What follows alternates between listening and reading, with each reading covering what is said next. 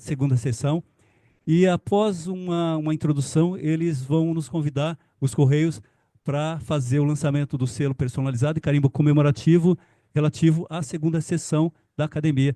Então, eu chamo aqui o presidente, perdão, presidente da Federação Brasileira de Filatelia, mais uma vez, Rogério Dedivites, que vai abrir a segunda sessão. Estou certo, Reinaldo Macedo? Obrigado a todos, até breve. Muitíssimo bom dia a todos, novamente. A Academia de História Postal e Filatelia do Brasil surgiu a partir do contato que nós tivemos com a Academia Hispânica no mês de abril do ano passado, na cidade de Teruel, na Espanha, durante a Esfirna, Exposição Filatélica Nacional. É um evento que acontece todos os anos na Espanha, e cada ano um país é convidado a participar. O país convidado no ano passado foi o Brasil, e na ocasião foi realizada a sessão solene daquela academia. Imediatamente mantive contato com o Reinaldo. Não tinha tanto fuso horário, então ninguém acordou ninguém.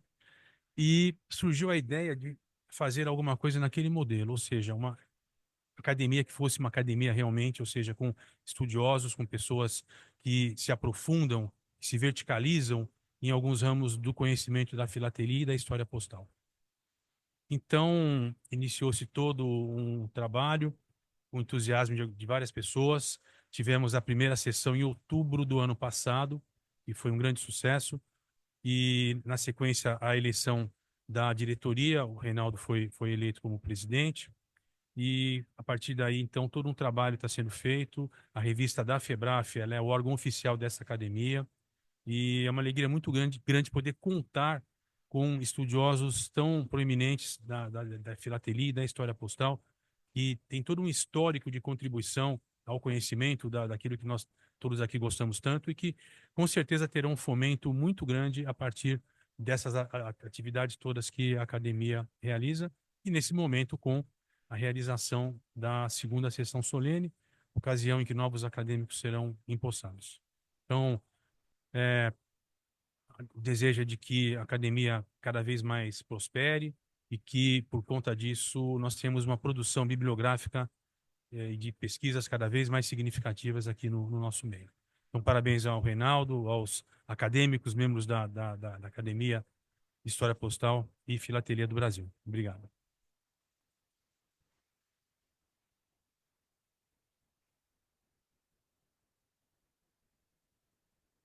Eu gostaria de convidar, então, na sequência, o Reinaldo Estevão de Macedo, que é o presidente da Academia, a conduzir a cerimônia.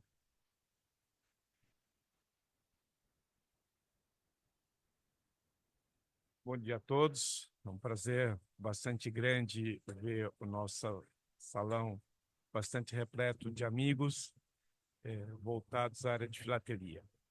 O ano passado, na primeira cerimônia, nós tivemos a possibilidade de empossar 10 membros da academia, e através de um processo seletivo, no ano de 2024, nós vamos estar empossando mais 4 membros. Esses membros, no momento de posse, normalmente recebem um certificado, uma placa e realizam uma apresentação técnica de um tema de conhecimento deles, de forma que esses temas, voltados à filatelia brasileira, possam integrar as revistas da FEBRAF e o site que nós devemos estar lançando ainda essa semana, da Academia de História Postal e Filatelia do Brasil, que vai conter todas as palestras que nós temos realizado através do YouTube, estão lá lançadas. Então nós vamos passar a ter o arquivo das vídeos, os arquivos das palestras e de todos esses momentos sempre voltados à academia, a imagem dos selos, dos carimbos, e agora a nossa possibilidade de exatamente ter trabalhado junto ao edital dos 180 anos da série Inclinados, e como foi lançado agora o selo do Outubro Rosa. Então, para começar, primeiro, nós gostaríamos, então, de convidar os nossos novos membros, vamos nominar, fazer a entrega da placa, a entrega do certificado, as apresentações e aí convidamos o Correio para fazer a complementação e o lançamento do carimbo para coroar a cerimônia. A primeira pessoa, então, que eu gostaria de convidar seria o Paulo Novaes, nosso novo membro. E eu pediria ao senhor Denis Forte que viesse realizar a entrega do certificado e...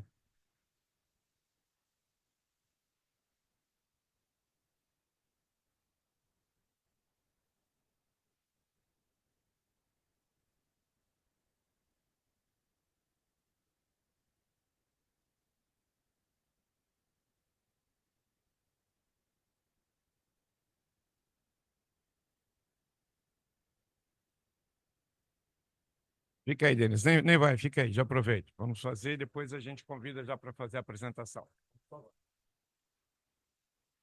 Você fica aí. Você fica aí, Sérgio. Paulo, volta já para apresentar. Gostaria de convidar o senhor Sérgio Laus, nosso novo membro, para receber a placa e o certificado.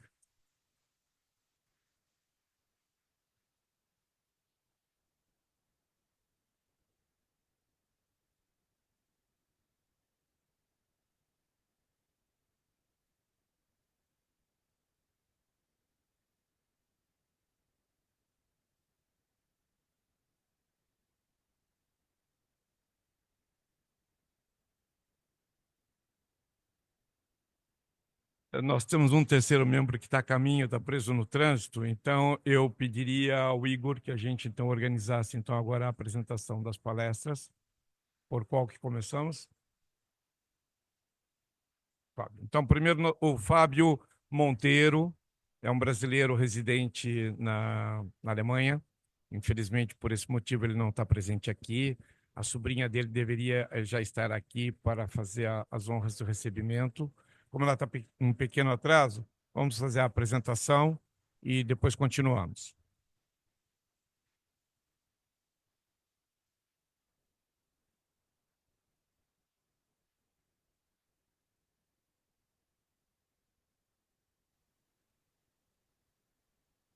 Olá, muito bom dia a todos. O meu nome é Fábio Monteiro. Eu sou um músico profissional e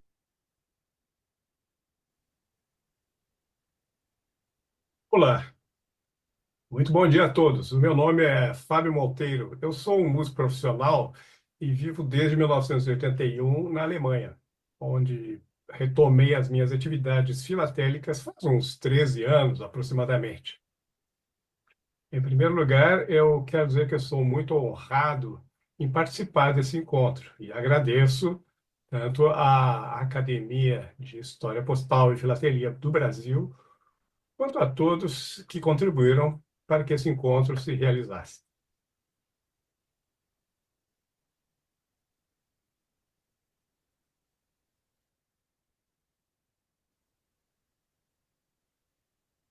Eu lamento muito não poder estar presente agora em São Paulo, porque obrigações profissionais impedem a minha vida ao Brasil hoje.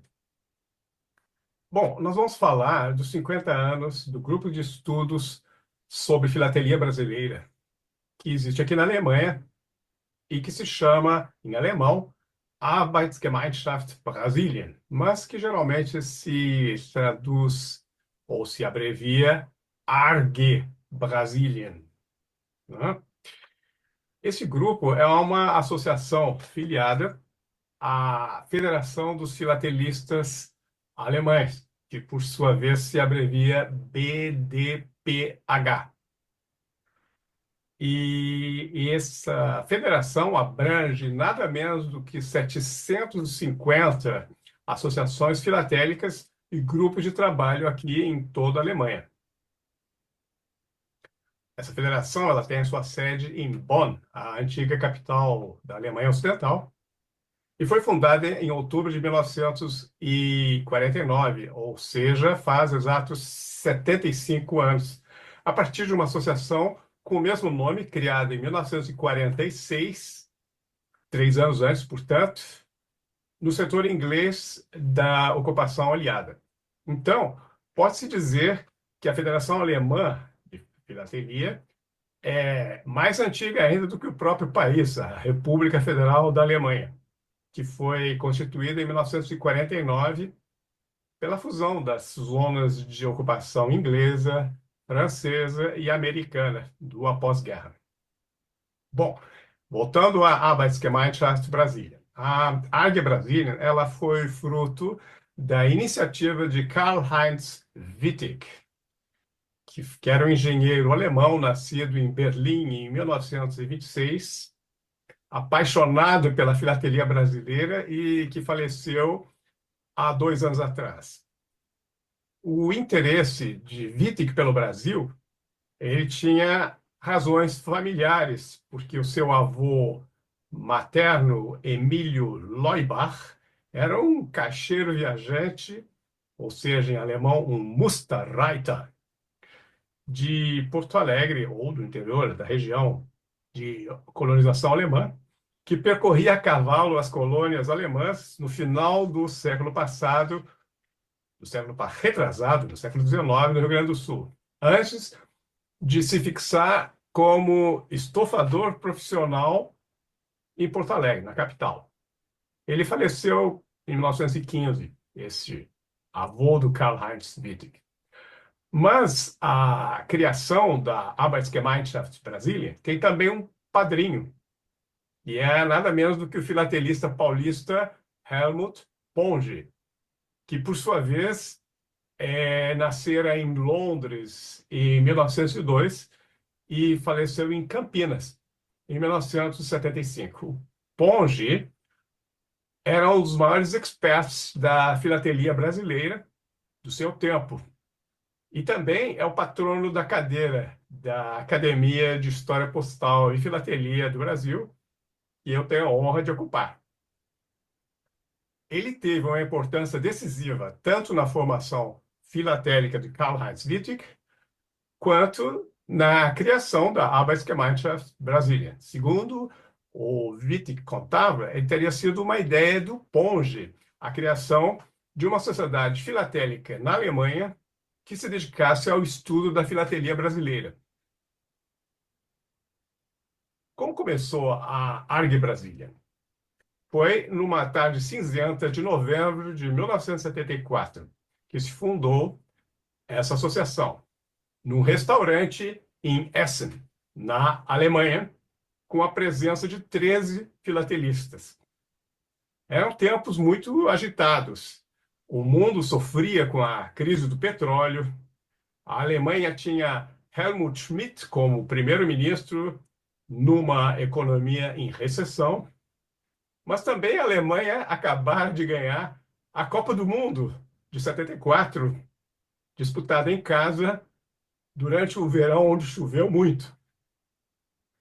Entre os participantes daquela reunião, nós temos um último sobrevivente, Dieter Kerkhoff, que ainda hoje escreve nos boletins de pesquisa da ARG Brasília, com um total de pelo menos 350 textos publicados. Dieter, ele é também um engenheiro aposentado, cuja maior paixão é a filatelia brasileira, em especial o período imperial. Entre outros, ele publicou em 1983 a primeira edição da lista de agências postais imperiais brasileiras, juntamente com o Wittig. E, em 2006, ele publicou um livro sobre a emissão comemorativa à visita do cardeal Pacelli ao Brasil em 1934. Além disso, ele escreveu sobre a colonização alemã em São Leopoldo e em Blumenau. E, como se isso não bastasse, mesmo na sua idade avançada, o Dieter Kerkhoff se encarrega de manter o site da ARG Brasília em dia. Como é o trabalho nosso na ARG Brasília? Desde a sua fundação, esse grupo de estudos publicou 95 boletins de pesquisa, os chamados Forschungsberichte em alemão, que nos últimos anos são impressos a cada semestre. além de mais de 40 livros e mais de 110 informativos circulares que são distribuídos aos membros. Isso representa uma média de quase 5 publicações impressas atuais, o que deve ser um recorde mundial entre as associações filatélicas que se dedicam ao Brasil, ainda ativas. Bom, aqui é preciso lembrar que até o fim de 2024, a Arbeitsgemeinschaft Brasilien está oferecendo uma promoção especial, um desconto de 50% em todas as suas publicações disponíveis para comemorar os seus 50 anos. Para mais detalhes, você pode visitar o site da ARG Brasília ou o meu site Picote Filigrana também informa sobre isso. Os temas abordados nessas publicações, eles procuram cobrir todo o espectro histórico da filatelia brasileira, mas não se pode negar uma certa ênfase no período clássico, digamos, até 1945. O que também é um reflexo da situação do mercado filatélico atual. Tanto os boletins de pesquisa quanto muitos dos livros da Arbeitsgemeinschaft Brasília já receberam prêmios em diversas exposições filatélicas nacionais e internacionais também. Atualmente, a ARG Brasília tem como presidente Walter Bernatek, que também é o tesoureiro da Federação dos Filatelistas Alemães, aquela entidade que abrange todas as associações filatélicas alemãs, né? E a nossa tesoureira é a Bárbara Wittig, que é a irmã de Karl-Heinz Wittig.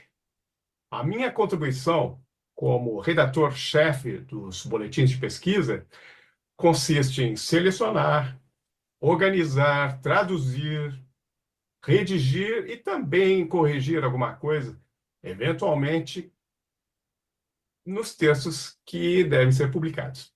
É um trabalho de grande responsabilidade, porque é preciso manter o alto nível de informação obtido durante as décadas passadas.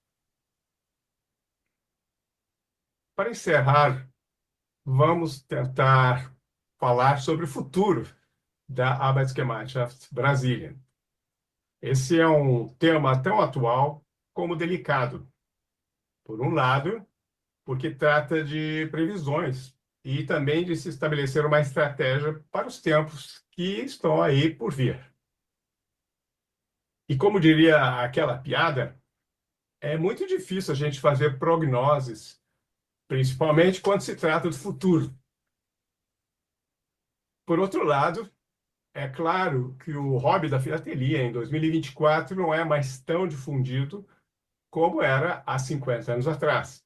E as razões para isso são as mesmas no mundo inteiro, tanto no Brasil, como na Alemanha ou em outros países. Antigamente, além da paixão colecionista, a filatelia era uma espécie de alternativa para se conhecer países, digamos, distantes, inacessíveis, exóticos. Quem entre nós não se lembra da alegria de receber uma carta do exterior mostrando selos estrangeiros fascinantes? Hoje quase não se escrevem mais cartas e viajar já não é mais tão caro assim.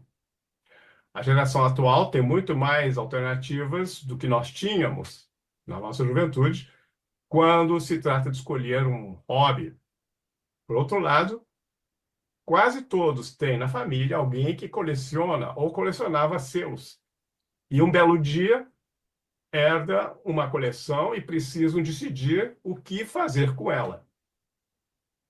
Se o herdeiro nunca teve contato com a filatelia antes, é pouco provável que ele vai investir o tempo necessário para aprender o básico e poder se interessar por continuar a coleção herdada. O mais provável é que ele vai procurar vendê-la. Como consequência, as coleções, especialmente as melhores peças, passam a se concentrar nas mãos de cada vez menos colecionadores ou comerciantes. Portanto, o valor de mercado para essas melhores peças não diminui, talvez até aumente, mas os objetos mais comuns perdem o interesse comercial. Se adicionarmos a isso o fato de que o número de filatelistas vai diminuindo no mundo inteiro, nós temos delineado o desafio por que passam todas as sociedades filatélicas, inclusive a ARG Brasília, ou seja, garantir a continuidade do nosso hobby e conquistar novos associados.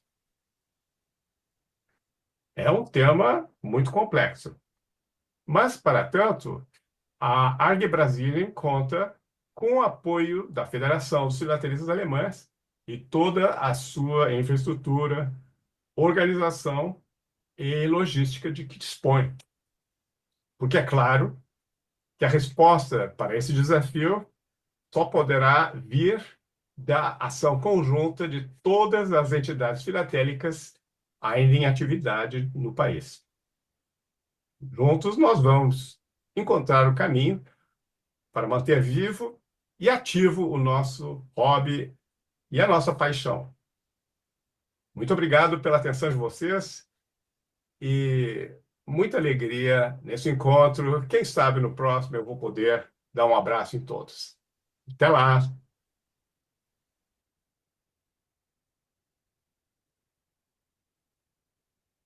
Nós vamos sortear depois passagem para ir para a Alemanha, dar um abraço pessoalmente, tá? Aproveitando, vamos trazer o problema um pouco mais perto. O Pablo Heim é outro membro que foi empossado nessa última eleição. O Pablo Heim é morador da Argentina, grande colecionador da parte clássica do Brasil, os olhos de boi, os inclinados, e vai fazer uma apresentação para nós agora. Igor, por favor. Bom dia, meu nome é Pablo Reim. Antes que nada, eu queria primeiro desculpas os erros que eu fiz em português, mas já que eu falo, morei no Brasil desde o ano 64 até o ano 70.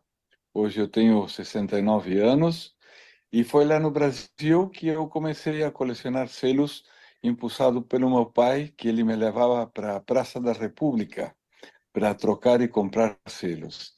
E aí comecei a colecionar, como todo mundo, jovem, e gostei muito dos selos, mas depois deixei por muitos anos. E no ano, mais ou menos no ano 98, voltei a colecionar selos. E no ano 2000, comecei a colecionar selos do Brasil pelo meu amor pelo Brasil, que é o país que me formou muito na minha história. E aí comecei a colecionar os numerais, os Dom Pedros e Prefilatelia, das quais eu tenho as três coleções importantes. Também coleciono selos da Argentina, das emissões clássicas e pós-clássicas. Basicamente é isso. Então, queria agradecer a oportunidade de formar parte e pelo nomeamento de ocupar uma cadeira. E, bom, eu escolhi a cadeira de Dom Pedro. Tive a sorte de poder escolhê-lo por vários motivos. Sinceramente, eu admiro Dom Pedro. Foi imperador por muitos anos no Brasil. Era uma pessoa honesta, muitíssimo inteligente, muito capaz, chamado magnânimo. E Dom Pedro era uma pessoa que gostava do conhecimento, falava mais de 10 idiomas, quem sabe um pouco repetir a história já conhecida por vocês no Brasil, mas ele gostava da cultura, se carteava com filósofos da Europa, grandes cientistas, Abraham Bell, muitos cientistas de todo o mundo, e gostava de viajar na Europa, onde trazia grandes conhecimentos para o Brasil, as linhas ferroviárias, todo tipo de avanço científico era trazido por ele e ele pôs o Brasil num dos países mais avançados do mundo. E ele escolhia os seus, nos principais postos políticos, pessoal capacitado e não por amizade, e pessoal honesto. E ele era uma pessoa humilde, aceitava críticas. Então, resumidas, ele era muito querido pelo povo e não é fácil conseguir um imperador. Realmente o Brasil teve muita sorte de ter um dirigente, se pode falar, por tantos anos do nível dele. E, então aqui entra a parte filatélica. E, como ele viajava muito para a Europa, ele viu o desenvolvimento do correio que tinha na Inglaterra, e lá ele viu que se faziam os selos. Ele fez que o Brasil fosse o segundo país no mundo em ter o selo, e impulsou o óleo de boi, o primeiro selo do Brasil, em 1800, o 1º de agosto de 1843, sendo este o segundo selo do mundo. Então, devemos muito para Dom Pedro. Também, obviamente, eu coleciono os Dom Pedros, que para mim é um dos selos mais perfeitos que existem, emitido pela American Bank, e realmente ele foi um adiantado.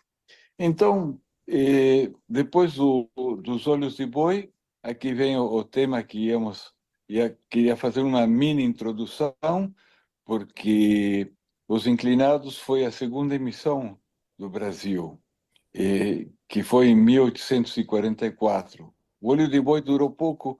Um dos motivos que falam é que o selo era de um papel muito grosso e o tamanho grande. Então, era muito reutilizado. Tiravam das cartas e o selo era reutilizado. Então, decidiram emitir um selo mais pequeno e de papel mais fino. E aí é que entra a funcionar, a imprimir-se os inclinados. E este ano estamos cumprindo os 180 anos de emissão desse selo, que é um dos selos mais raros do Brasil, especialmente nos valores altos. O valor de 30, 60 e 90 começou a circular em 1844. E em 1845, o valor de 180, 300 e 600. Sendo estes, como eu falei, um dos selos mais raros que existem no Brasil. Mesmo, por exemplo, no selo do 300, o maior múltiplo usado é um par, e de novo é uma quadra. Então são selos muito raros e valorizados. E também, em concordância, as cartas destes três valores são raríssimas, tem muito poucas. Tudo isso foi estudado no livro do Taveira e do Juchert, As Cartas. O Juchert da Alemanha tem também dois livros, um dos múltiplos e outro das cartas dos inclinados. A tentativa da prancha do 180, 300, 600, o Denis Forte, que hoje é possivelmente o maior estudioso da emissão de inclinados, a quem agradeço me ter cedido para usar nessa palestra essa prancha, que se supõe que tenha os três valores, 180, 300 e 600. E o que não existe aqui, como nos olhos de boi, não tem cipófago ou interpanô, então não se conhecem mistos de dois dos três valores. Bom, depois eu ia falar de duas peças que para mim são relevantes no maior dos valores, que é o valor dos 600. É só imaginar um selo de porte 600 equivalente a 10 portes de carta simples. Quer dizer, a importância e o valor de um selo de 600 na época era muito grande. E aqui vamos apresentar um bloco de 15 selos, 5 por 3, que dá um total de 9.000 réis. São equivalentes a 150 portas. Aqui é muito provável que este bloco provenha de um auto de foro, que o Everaldo Santos tem já feito muitas apresentações e estudado a origem, que antes não se sabia, a origem desses grandes blocos. E foi estudado e determinado por ele que a maioria desses grandes blocos, dos numerais, provém dos autos de foro. Então, esse bloco dos 600, o historial eu peguei aqui do Taveira. O primeiro conhecido foi do Ferdinand Almeida, depois passou para Alfred Kaspari, depois para o comerciante Rudolf Meyer, depois comprou o Everaldo e hoje está, por sorte, na minha coleção. Essa, para mim, é uma das principais peças da filatelia brasileira. E depois vamos apresentar um envoltório de um pacote assegurado, quer dizer, um insured parcel. E este é a única peça conhecida com um selo dos 600. Não existe outra. Aqui é a grande raridade e, neste caso, ainda mais importante porque também só existem duas peças conhecidas mistas de inclinado com verticais. Esta é uma dessas. Essa peça tem um valor de 3.700 réis, dos quais 1.000 foram pagados por insurance, e depois a parte do correio, do transporte, foi 2.400, de 4 selos do 600, uma trinca do 90 réis e uma trinca do 10 réis, conformando tudo isso 2.700 réis. Essa peça só apareceu recentemente na Brapex de 1985, foi introduzida pelo Saturnino. Essa peça foi comprada pelo Ângelo Lima, depois Everaldo Santos, e hoje também está na minha coleção. Então, esta era um pequeno tributo e reconhecimento à segunda emissão do Brasil e aos 180 anos que hoje estamos comemorando nessa exposição. Então, para todos, eu mando um forte abraço e espero vê-los pronto e peço novamente desculpas não ter comparecido pessoalmente. Graças.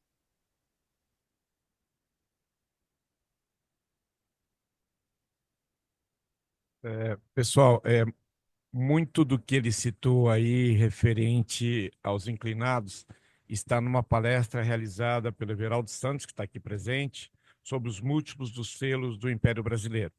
Essa palestra vai ser agora alçada para o site da academia, que está sendo lançado, mas de toda forma, via YouTube. Se vocês colocarem o nome Academia Brasileira de História Postal e Filatelia do Brasil, vocês conseguem acessar esses trabalhos. Eu vou pedir um break rapidinho, porque eu gostaria de chamar a Joana Monteiro, é a sobrinha do Fábio Monteiro, e vem fazer a gentileza de receber a placa e o certificado. Eu pediria ao Rubem Porto, nosso secretário da academia, que fizesse a entrega. Joana, por favor.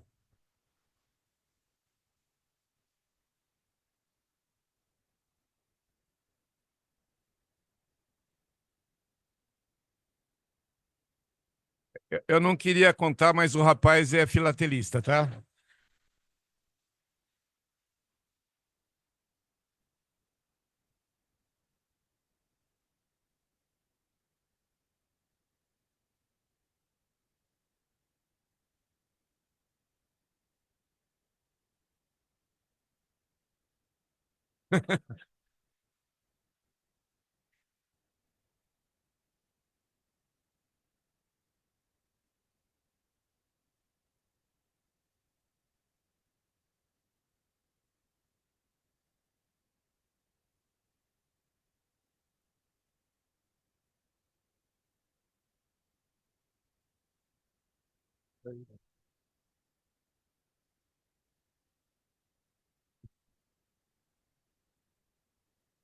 Joana, muito obrigado. Manda um abraço para o Fábio.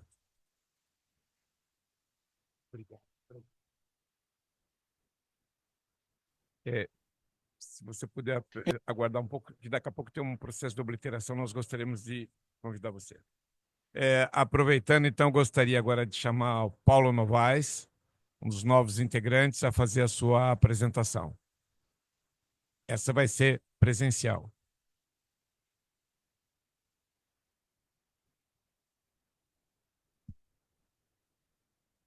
Muito bom dia a todos. Sou Paulo Novaes, ali,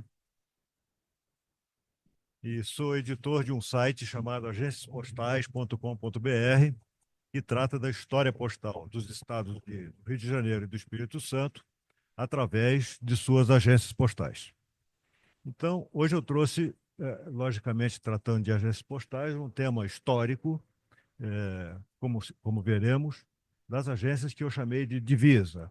É o nome que eu acabei de inventar, e são agências, na verdade, que foram criadas nas fronteiras do estado do Rio de Janeiro ou do Espírito Santo, de uma forma curiosa, porque são agências que foram criadas num estado,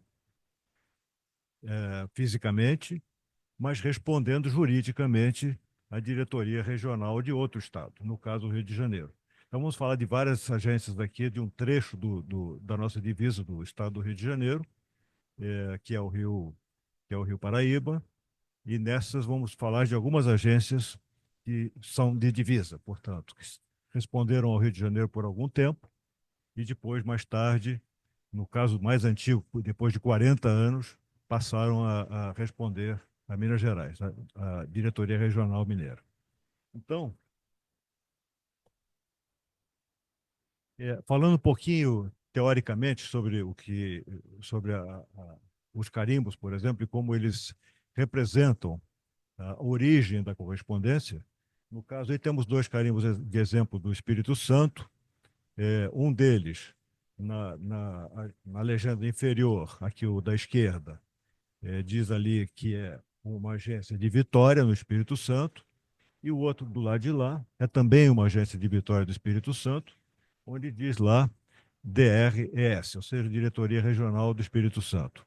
O que nos faz imaginar, como muitos ainda imaginam, que os limites geográficos de uma diretoria regional sejam exatamente os limites geográficos do Estado, o que nem sempre acontece, como nós vamos ver em seguida.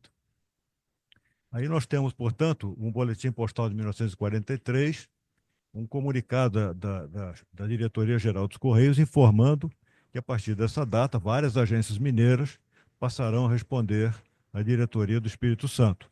E elas estão nomeadas ali. E dois carimbos eu trouxe simplesmente como exemplo, mostrando ali uma agência de Resplendor, que é um município mineiro, como todos sabem, mas que nas orelhas aqui do carimbo diz ali DRRJ.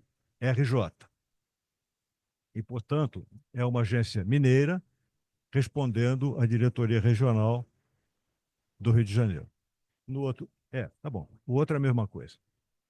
Bom, então vamos entrar um pouquinho com a história dessas agências, né? Como é que elas surgiram e como é que elas estão ligadas aqui no andamento político e geográfico do Rio de Janeiro. Vamos falar um pouquinho da Carta de 1823, Carta Geográfica, que é pré-filatélica e que mostra aí o estado do Rio de Janeiro integralmente, né?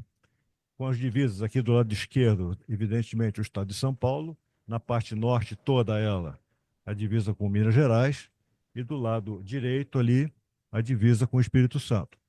Então, ao longo dessas três fronteiras, existiram várias agências criadas da forma que eu disse, né?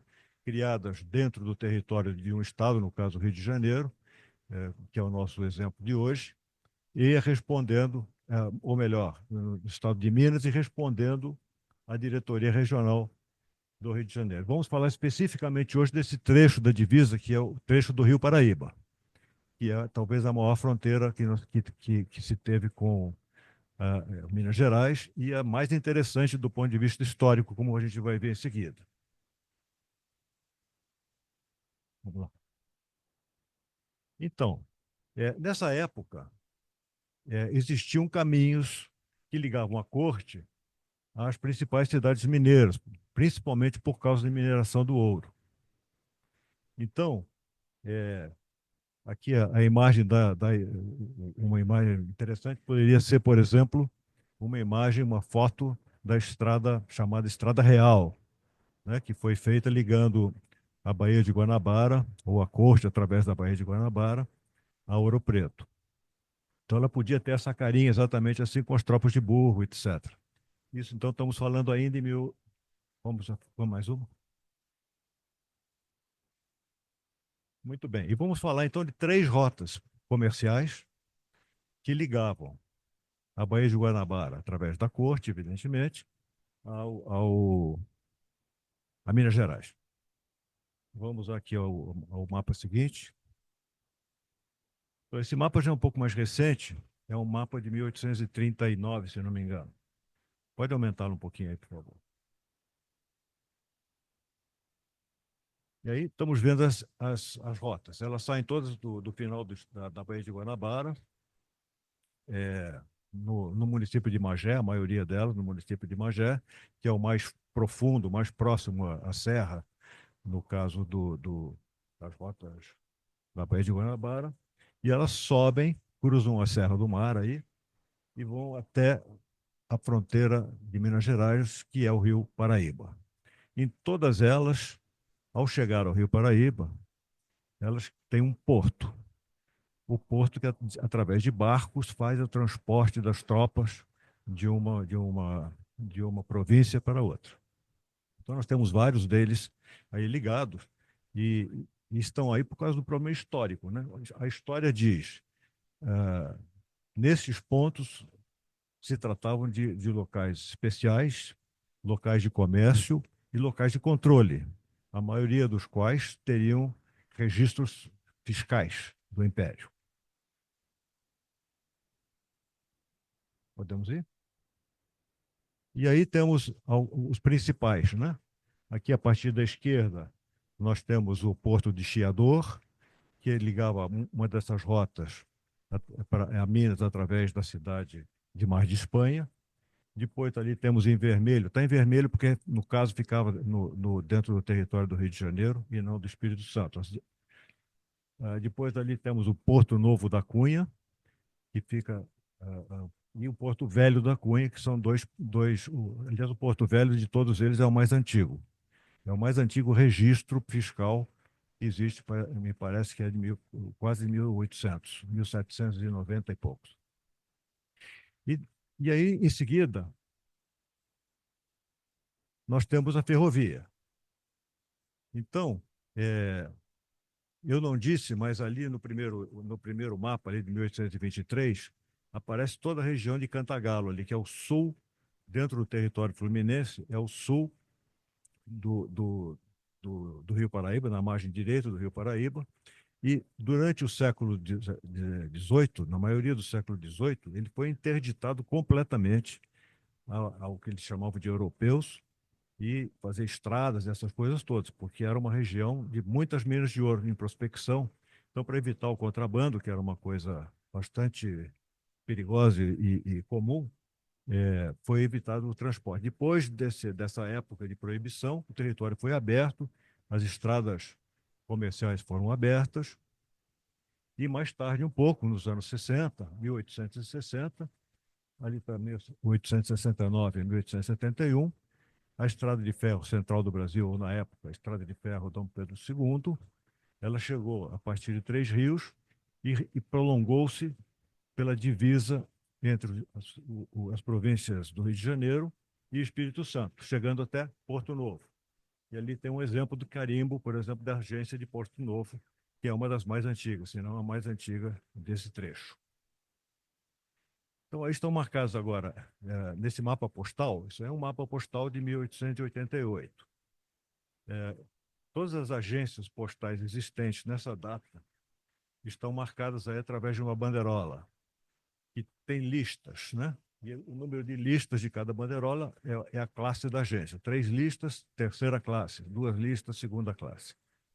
As que estão em azul foi porque a estrada de ferro foi construída ao longo do Vale do Rio Paraíba, parte em território mineiro e parte em território fluminense, devido a questões basicamente geográficas, topológicas, topográficas, enfim, de facilidade de construção da estrada de ferro. Então, ela cruzava o rio de vez em quando e algumas das estações e, por sua vez, agências postais, como vamos ver em seguida, foram construídas. Em azul, aí estão as que foram construídas em território de Minas Gerais, e em vermelho, as que foram construídas e inauguradas em território do Rio de Janeiro.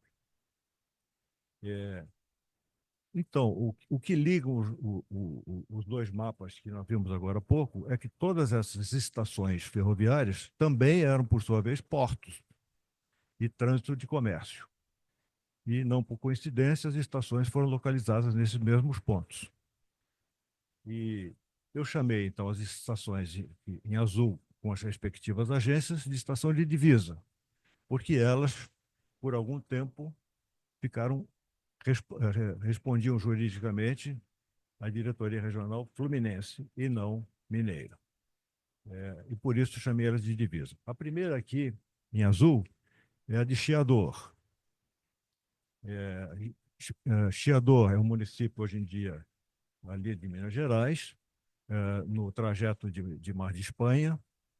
E essa estação foi a primeira a ser construída. Dom Pedro a inaugurou em 1869, foi a primeira estação em território mineiro. E a sua agência ficou respondendo ao Rio de Janeiro por mais de 30 anos. Mais recentemente, já no século XX, ela foi transferida a Minas Gerais.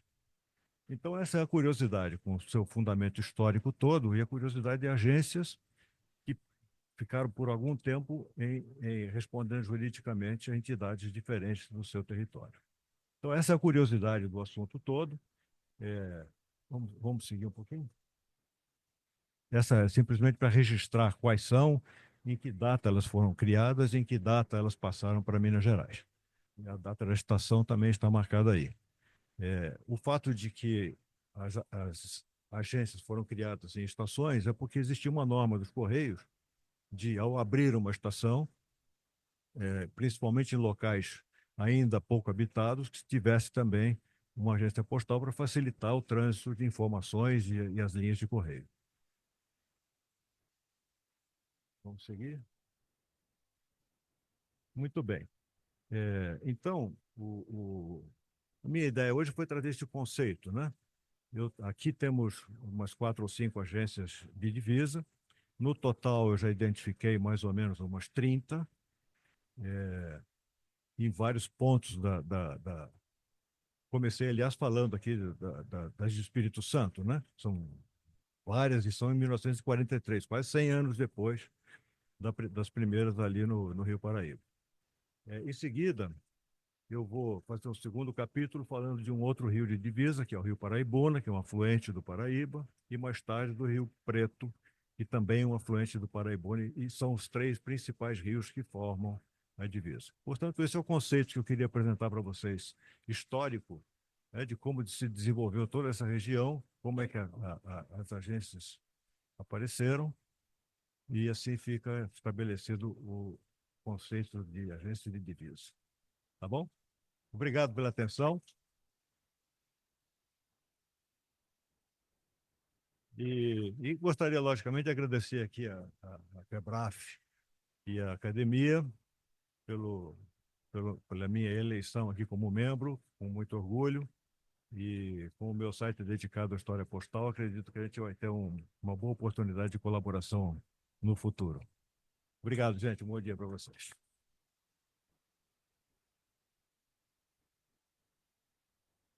Obrigado, Paulo. Para complementar os trabalhos desta manhã, eu convidaria o senhor Sérgio Laus para fazer a apresentação.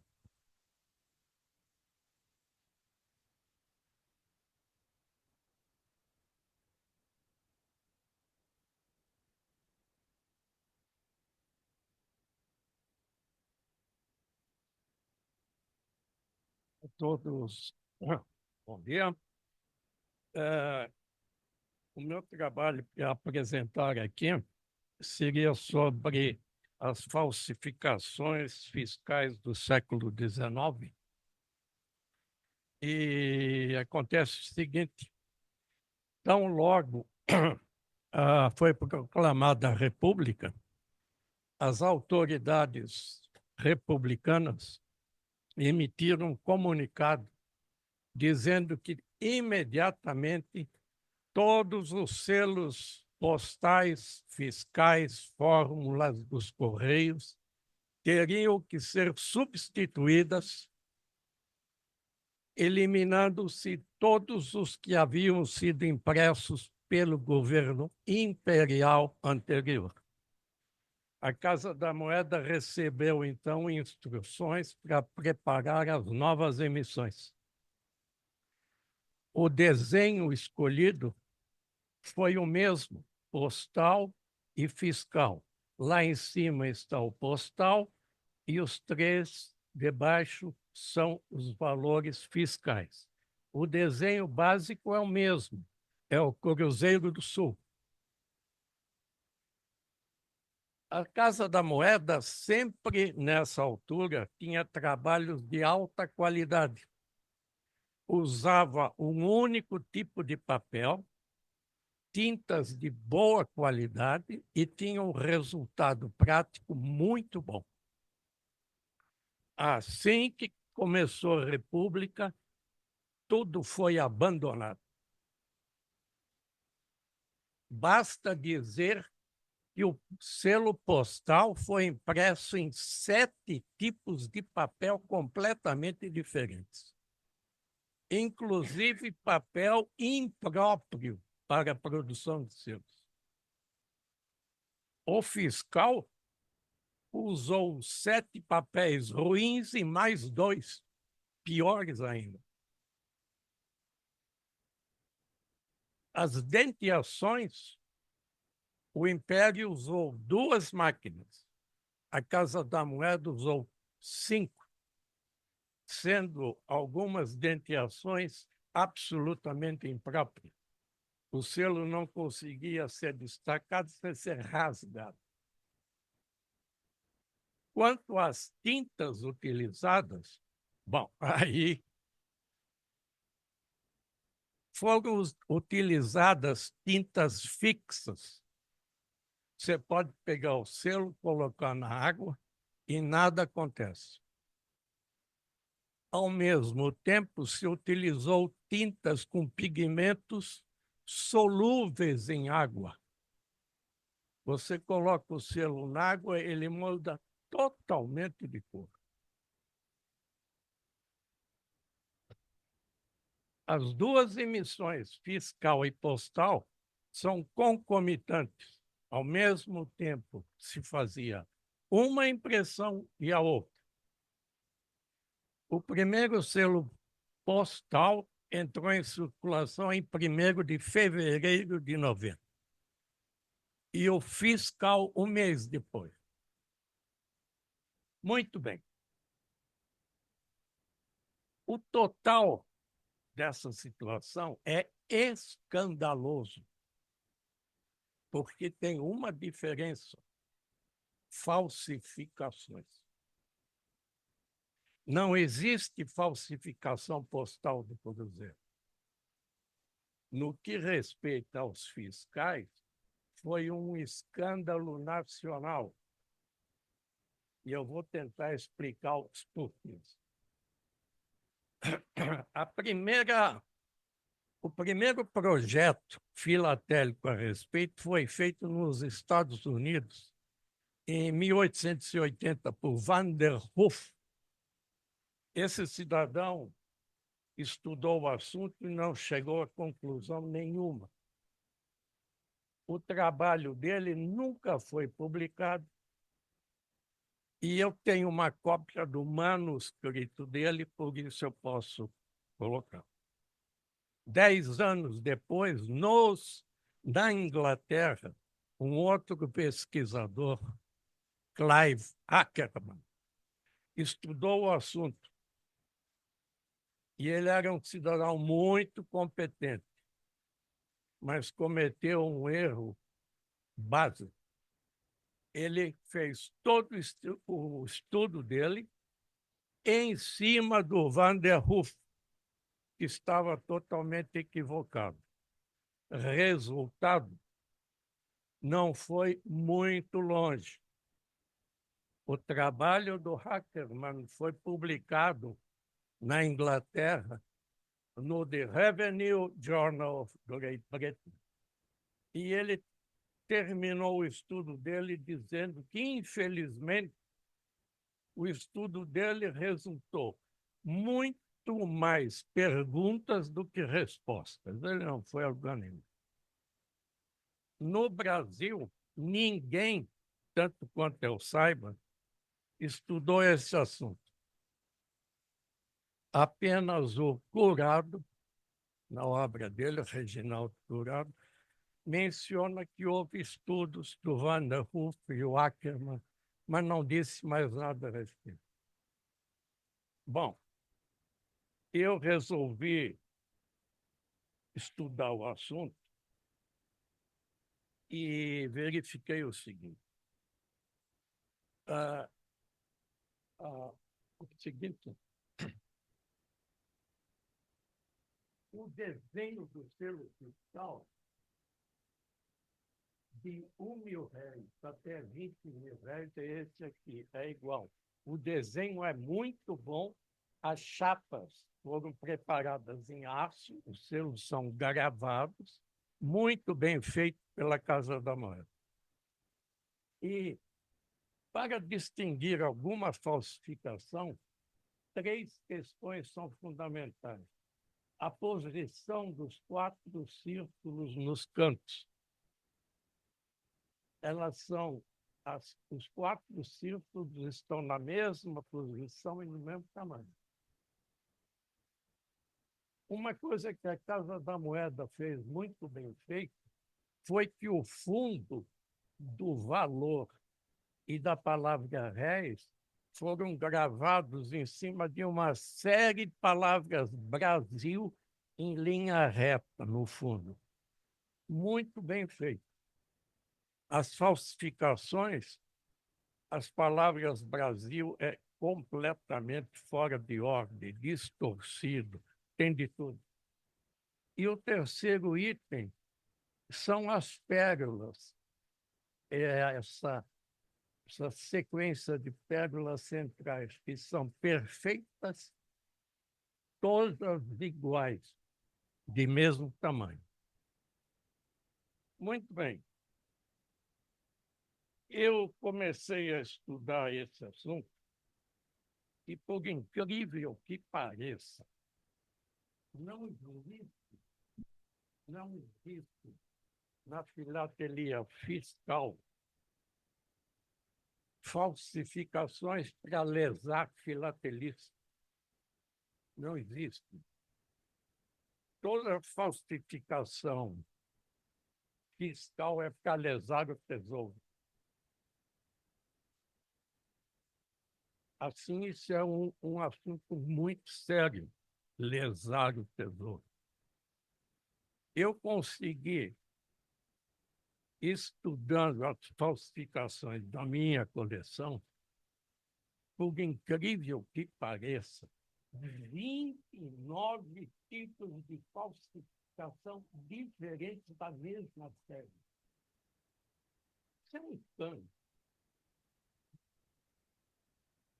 Lesaram o Tesouro Nacional com 29 falsificações diferentes. Isso é um escândalo. Existem falsificações muito bem feitas e outras grosseiras. Eu organizei o meu acervo da seguinte maneira. Peguei taxa por taxa. O primeiro é o original e os seguintes são as falsificações que eu encontrei. A taxa R$ 15.000, eu escrevi 5 falsificações feitas. eh, a, a, a descrição é curta, porque não adianta grandes descrições se o desenho é diferente. É facilmente distinguível. Como eu disse, o original é gravado em aço. E as falsificações são todas tipografadas ou litografadas. E assim, elas têm sempre subtipos, sem contar os subtipos, sem contar papéis, sem contar denteações, existem 29 diferentes.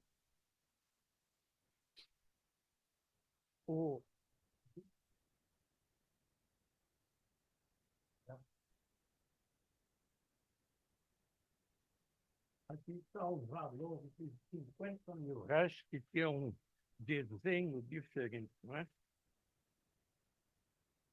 Se distingue, no caso aí, 4 falsificações diferentes.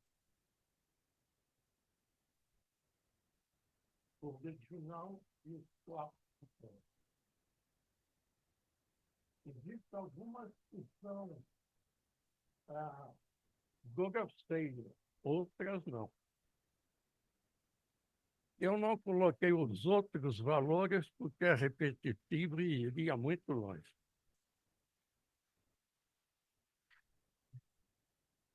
O prejuízo para o Tesouro Nacional foi imenso.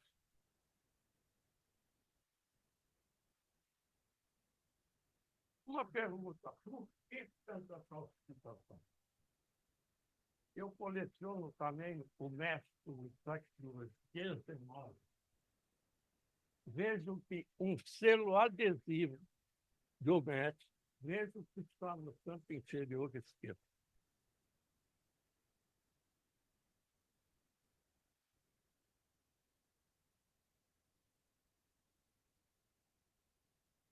A falsificação de papel selado se castigará com pena de morte.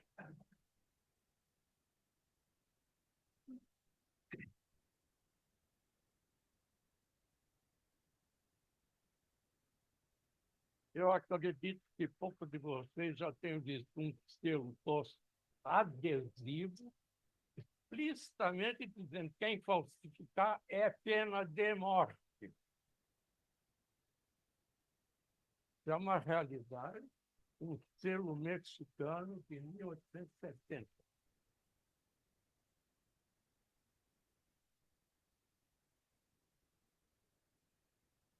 E o nosso Brasil? A legislação da época dizia o seguinte, eu vou ler aqui porque eu não tenho de cabeça. Decreto 3564, artigo 67, parágrafo 1º.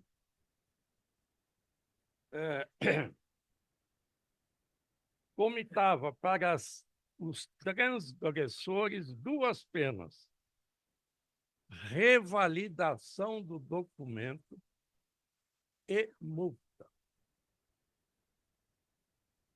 Revalidar o documento significa o quê? Já tinha o selo falso, ia no cartório ou no banco, tirava o falso, colocava o original, passar bem, obrigado. Isso não é pena. E segundo, multa. Multa. De quanto? A multa teve que ser regulamentada posteriormente. E era uma multa quase pro forma. Muito bem. Uma legislação, no meu modo de entender, complacente, uma fiscalização ineficaz. Ninguém fiscalizava coisa nenhuma. Deu origem a essa situação. O governo pretendeu, logicamente, coibir isso.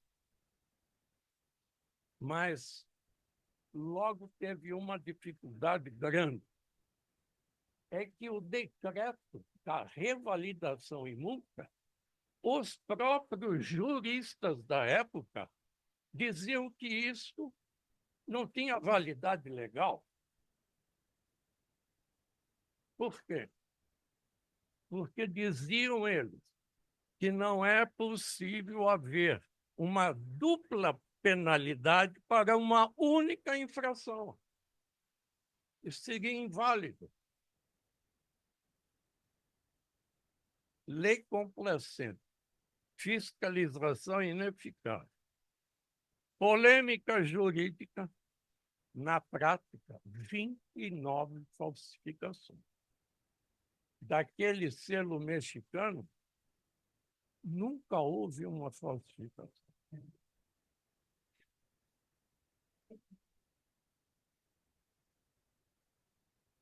O governo pretendeu coibir a situação, tirando de circulação o padrão cruzeiro, emitido um outro na mesma Casa da Moeda, com as mesmas chapas, apenas mudando a cor.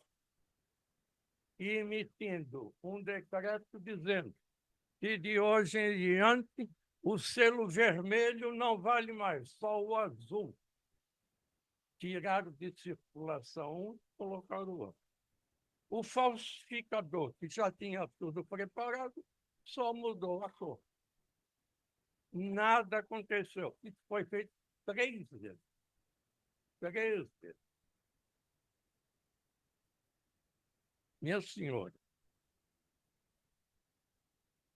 esse assunto poderia ir longe, mas eu vou aqui colocar apenas 2 exemplos de peças da minha coleção.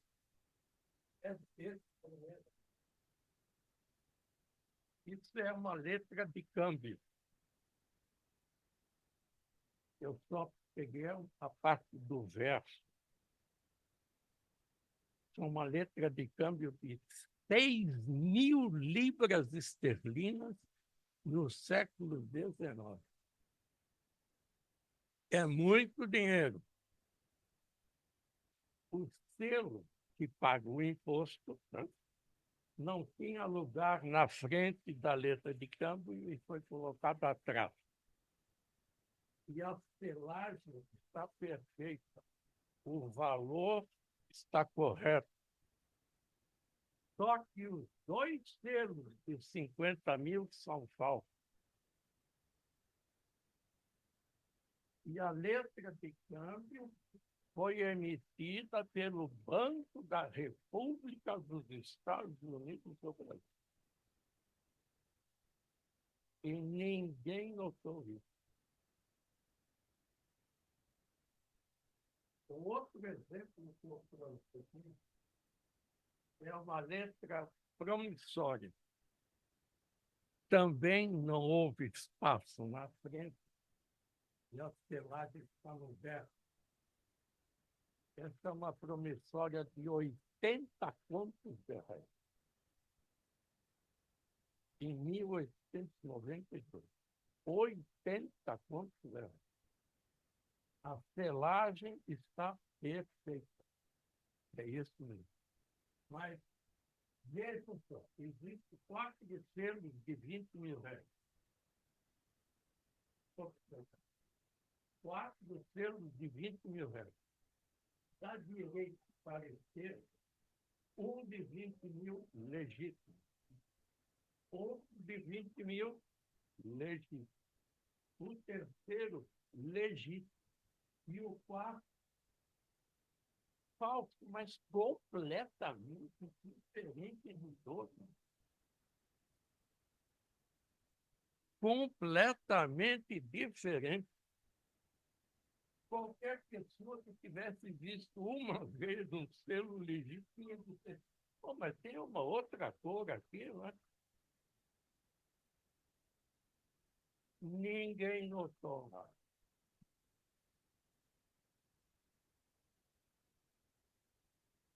Meu senhor,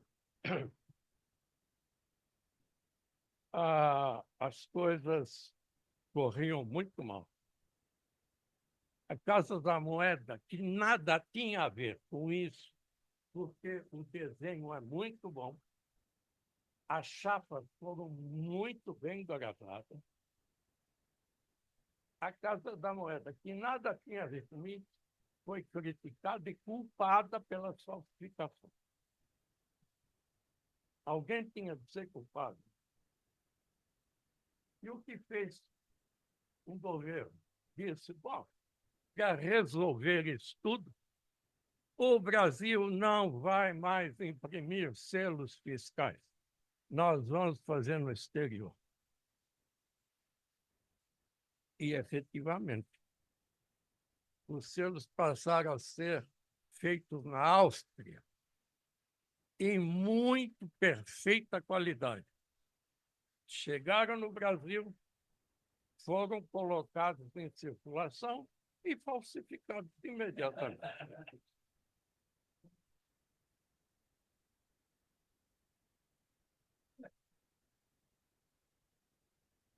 Meus senhores, a filatelia fiscal, ela corre lado a lado com a postal.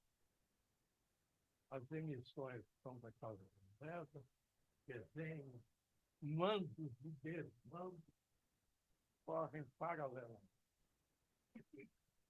Só que a filatelia fiscal, ela praticamente nunca foi estudada. É um campo imenso aberto a quem quiser fazer pesquisa de lá. E não existe falsificação para lesar filatelia. Até porque a demanda é baixíssima e não vale a pena fazer isso. Mas falsificação para lesar o fisco é o que não fala. Eu não vou me estender mais aqui e peço a todos muito obrigado pela atenção que me foi.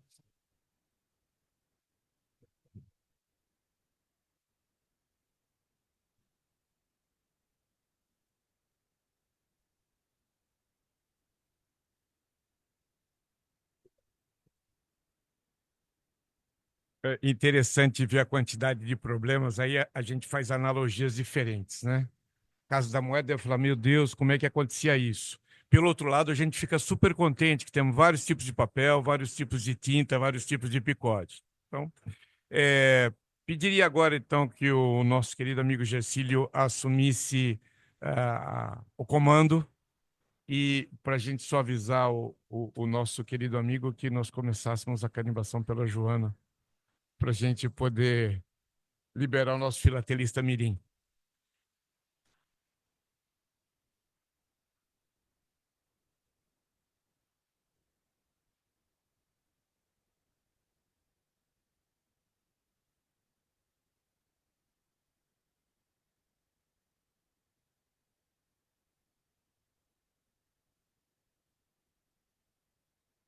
Os Correios lançam agora o selo personalizado e o carimbo comemorativo dedicados à Academia de História Postal e Filatelia do Brasil, que realiza, na verdade, está realizando hoje na Abrapex sua segunda sessão solene. Apresentamos então o selo postal criado para registrar a realização da segunda sessão solene da Academia Eilo e vamos aplaudi-lo, claro.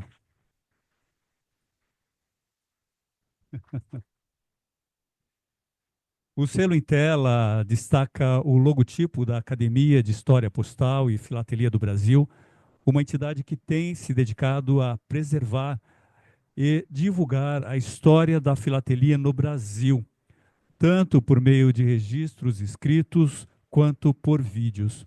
O logotipo da academia, idealizado pela diretoria da FEBRAF e desenhado por Igor Pradella Crispim em julho de 2023, é inspirado na estrutura do logotipo original da FEBRAF, criado pelo artista plástico Biagio Mazeu. Sua simbologia é rica e envolvente, emanando o seguinte significado: O círculo azul representa o mundo sobre o qual a literatura filatélica reina, simbolizada pela pena que escreve um livro. O selo dourado é o ícone da filatelia, contendo o nome da FEBRAF, a maior instituição filatélica do Brasil, a qual a academia está vinculada. Em letras douradas, no topo do círculo, está o nome da academia, Academia de História Postal e Filatelia do Brasil. E o círculo externo, composto por 24 estrelas prateadas, circunda o globo azul. Essas estrelas representam as 23 entidades filatélicas que compõem a federação, mais a própria FEBRAF. Como dissemos, o logotipo da academia foi idealizado pela diretoria da FEBRAF e desenhado por Igor Pradella Crispim, que se encontra aqui e merece os nossos aplausos. Igor. Nosso reconhecimento ao seu trabalho, Igor. Damos início, então, ao rito de obliteração, que consiste no ato de carimbar o selo, tornando-o simbolicamente lançado. E para este ato, os participantes vão aplicar o carimbo comemorativo em envelope da academia, selado com o exemplar do selo personalizado dedicado à própria academia. Para conduzir o rito, convidamos o coordenador de negócios dos Correios de São Paulo Metropolitana, Luciano Plínio Santos.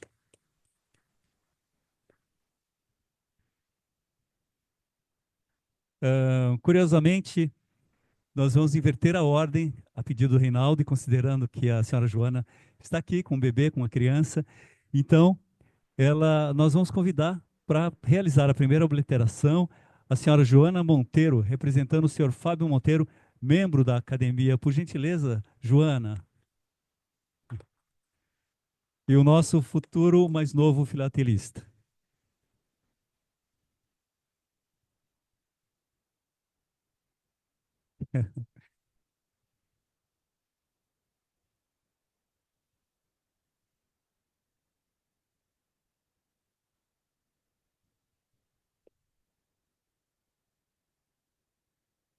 Eu vou pedir para a senhora Joana para ela mostrar para nós e nós registrarmos, né, o envelope com a ajuda do nosso mais novo filatelista. Eu acho que ele se animou com esse momento especial, né? Olha, então, nosso muito obrigado, tá? Não gostaríamos de prendê-la mais, considerando que a senhora está com uma criança e que pede o seu momento também, né? Muito obrigado, tá? Pela presença. É seu, muito obrigado, tá?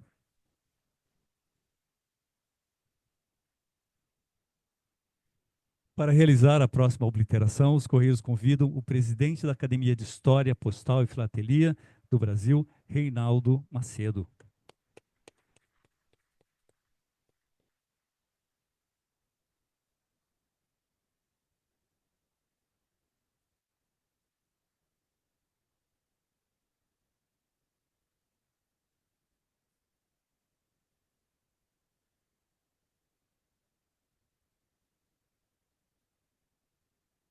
Os nossos agradecimentos ao presidente da Academia de História Postal e Filatelia do Brasil, Reinaldo Macedo. Para a próxima obliteração, os Correios convidam o presidente da Federação Brasileira de Filatelia, Rogério Dedivites.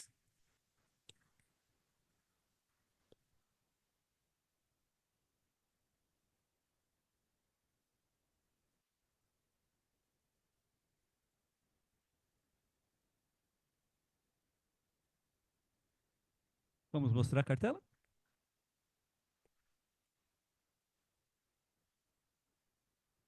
Os nossos agradecimentos ao presidente da Federação Brasileira de Filatelia, Rogério Dedivites, pela participação. Para a obliteração seguinte, os Correios convidam o secretário da Academia de História Postal e Filatelia do Brasil, Rubem Porto Júnior.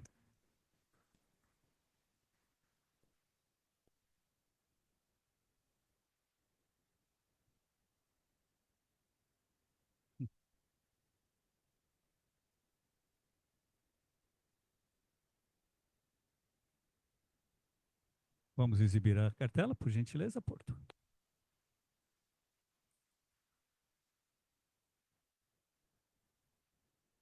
os nossos agradecimentos ao secretário da Academia de História Postal e Filatelia do Brasil, Rubem Porto Júnior. Para a próxima obliteração, os Correios convidam o acadêmico Denis Forte.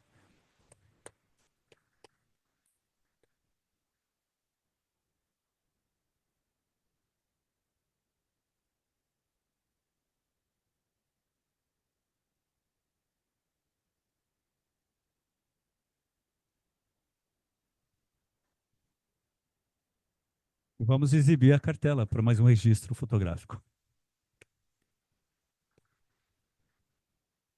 Os nossos agradecimentos, então, para o acadêmico Denis Forte. Para a obliteração seguinte, os Correios convidam o acadêmico Everaldo Santos.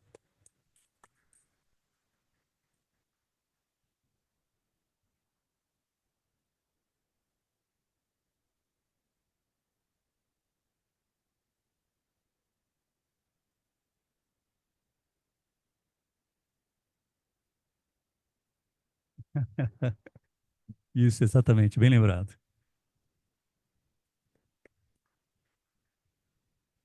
E vamos pedir para ele para exibir, tá, a cartela. Na verdade, o envelope, perdão. Os nossos agradecimentos ao acadêmico Everaldo Santos. Para a próxima obliteração, os Correios convidam o acadêmico Mário Xavier Júnior.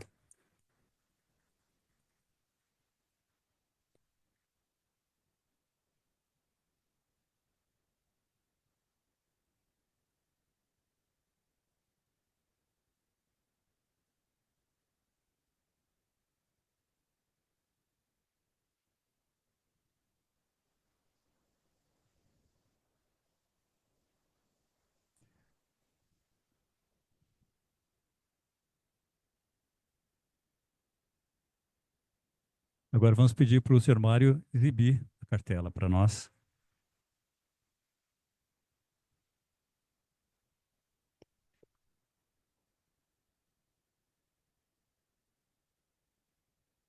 Os nossos agradecimentos ao acadêmico Mário Xavier Júnior pela participação.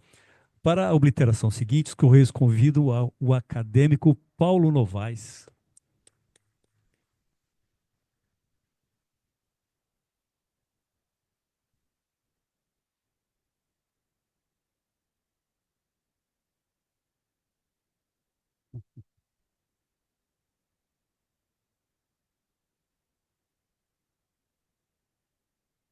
E vamos exibir o envelope, né?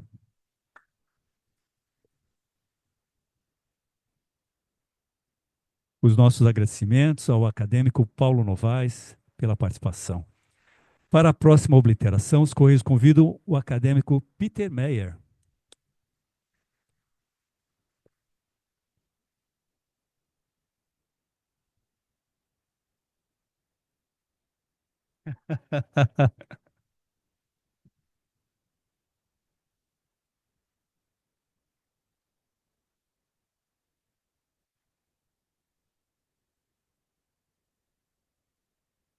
Isso, vamos mostrar a cartela.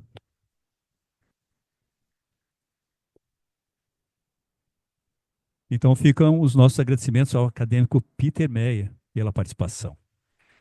Para a obliteração seguinte, os Correios convidam o acadêmico Sérgio Laus.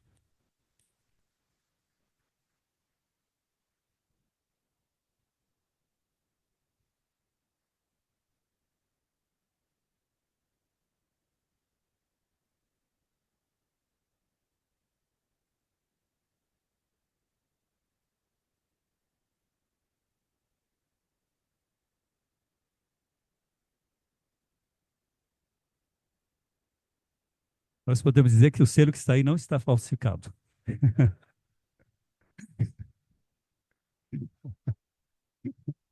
Seu Sérgio, por favor, mostre para nós a cartela, tá?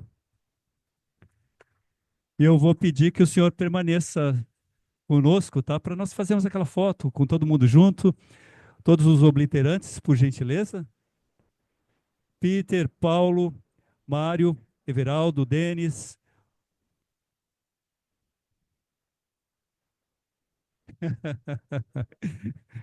Não é. Oi? Ah, tá. Desculpa.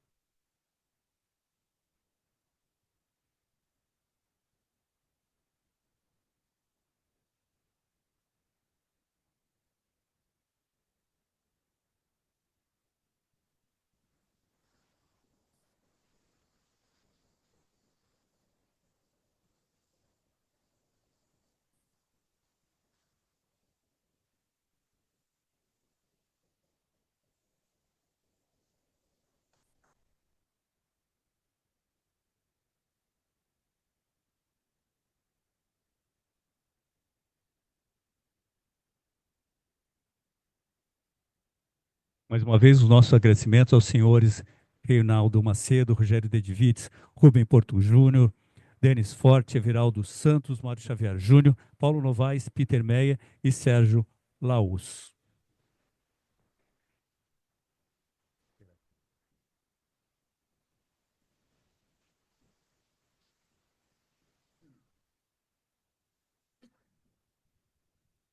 Realizadas as obliterações, convidamos agora para suas palavras o coordenador de negócios dos Correios de São Paulo Metropolitana, Luciano Plínio Santos.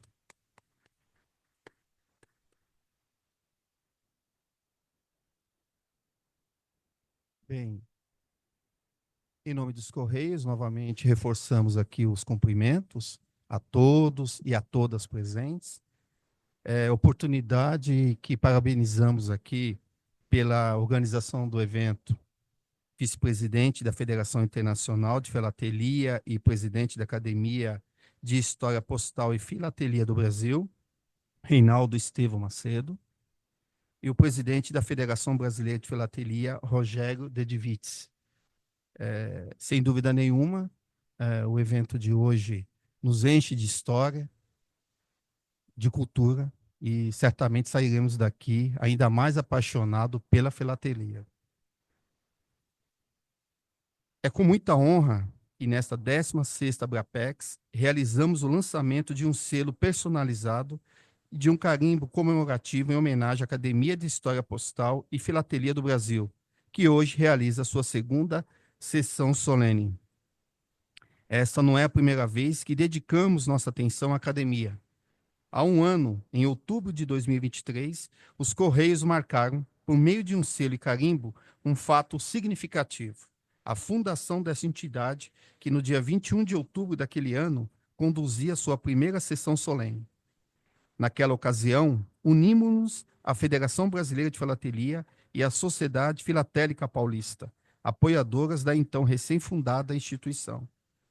Naquele momento, destacamos que a academia nasceu com o propósito de fortalecer essa arte secular, enriquecendo a cultura filatélica brasileira por meio da promoção de estudos e pesquisas, além da preservação e divulgação da história postal e da filatelia. Enfatizamos também que a Academia de História Postal e Filatelia do Brasil veio somar-se aos esforços de outras entidades que, na prática, já exerciam um papel similar ao de academias, como a Sociedade Filatélica Paulista e o Clube Filatélico do Brasil. Hoje, estamos entusiasmados com o compromisso dos membros dessa academia, bem como de outras entidades, que buscam aprofundar o conhecimento sobre temas ainda pouco explorados ou sob novas perspectivas, compartilhando generosamente seus saberes com a sociedade. Com seus estudiosos de renome, a academia está contribuindo de maneira significativa para escrever um novo e vigoroso capítulo na história da filatelia brasileira. Nesta ocasião, reitero nossos votos de estima e consideração a todos os membros da Academia de História Postal e Filatelia do Brasil, desejando-lhes pleno sucesso em todos os seus empreendimentos. Muito obrigado.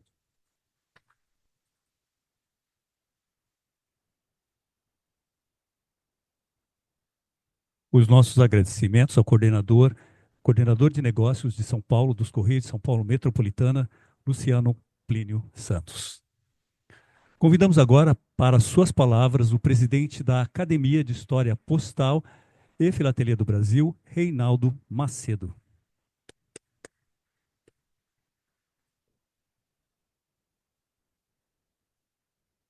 Bom, o objetivo é ser o mais breve possível para encerrar a sessão.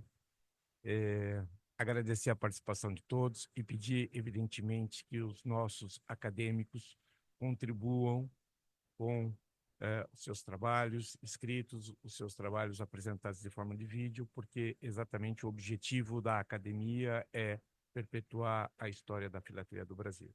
Eu agradeço a todos e antes de encerrarmos a sessão como um todo, eu passo a palavra ao presidente da Federação Brasileira de Filatelia, Rogério Dedivitz, para fazer os devidos continuidades da sessão de entrega de alguma premiação.